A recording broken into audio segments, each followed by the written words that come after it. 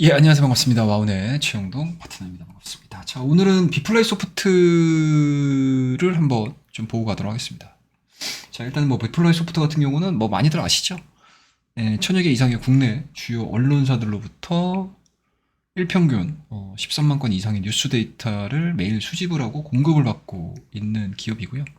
한국언론진흥재단 공식 저작권 유통 대행사이기 때문에 과점적 지위를 가지고 있는 기업 중에 하나입니다.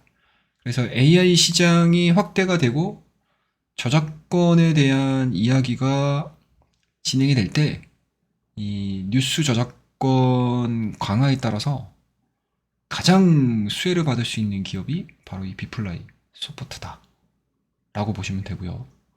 그리고 이 챗GPT와 관련해서 뭐 생성형 AI가 진행이 되는 과정에서 이제 학습을 하죠. 그 학습을 하는 데 있어서 과연 데이터의 수집을 하는 데 있어서 이 저작권 문제가 과연 없을 것인가? 이 부분들이 이제 본격적으로 논의가 좀 이루어진다라고 하게 되면 이 비플라이 소프트웨어 같이 저작권 유통 기업들 같은 경우는 수혜를 입을 가능성이 상당히 높다라고 보시면 좋을 것 같습니다.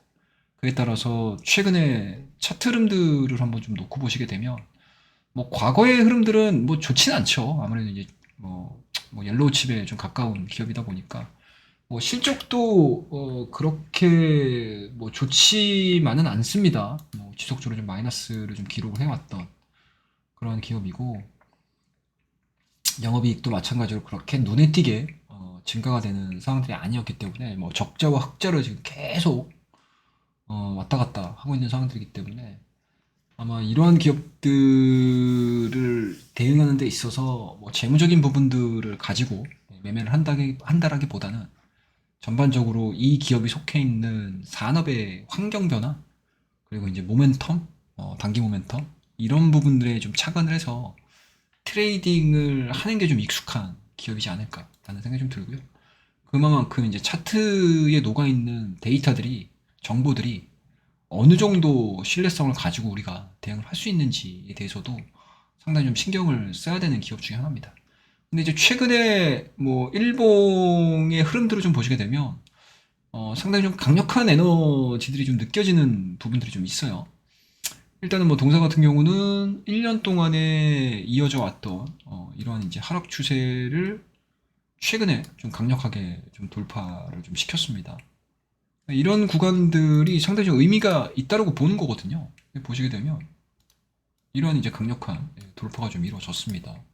항상 이제 급락하는 과정에서 올라왔다가 차익 나오고 또 올라오는 과정에서 차익 나오고요.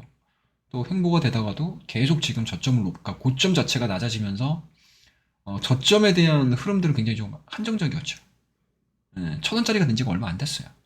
하지만 최근에 대량 거래량을 동반을 해가지고 돌파가 이루어지면서 그러니까 이때 당시에도 지금 급락이 나왔었거든요. 6월달에 작년도 6월달에 이게 지금 보시게 되면 작년도 6월달에 급락이 나왔었는데 이때가 이제 오뱅 이슈죠. 예. 상장일로부터 이제 1년이 도래된 시점에서 예, 예. 약 한 41만 주 정도 대주주 물량이 좀 나온 거니까 예, 예.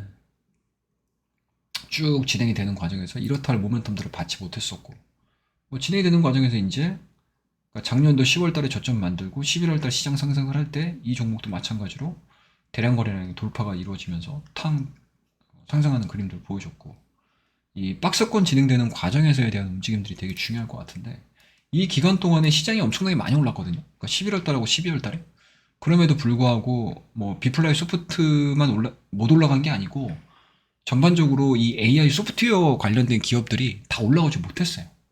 그러다가 지금 일제히 지난주서부터 이제 올라오기 시작을 한 거거든요. 활용 점정은 어떻습니까? 이제 1월 5일이죠. 1월 5일 날 이게 지금 14% 올라가면서 그동안에 진행이 되고 있었던 이러한 단기 박스권들 그리고 저항 라인들을 지금 하나하나씩 깨면서 올라가고 있어요. 그만큼 지금 에너지가 강하다는 얘기거든요. 이런 식으로. 여기도 좀 보시게 되면 돌파되면서 올라갔죠.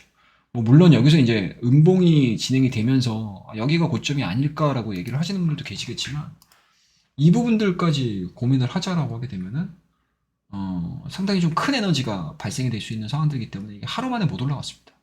그럼에도 불구하고 당일자의 이 상승 바디 에너지 대비해서 윗꼬리에 대한 흐름들도 그렇게 크지 않았다라는 거.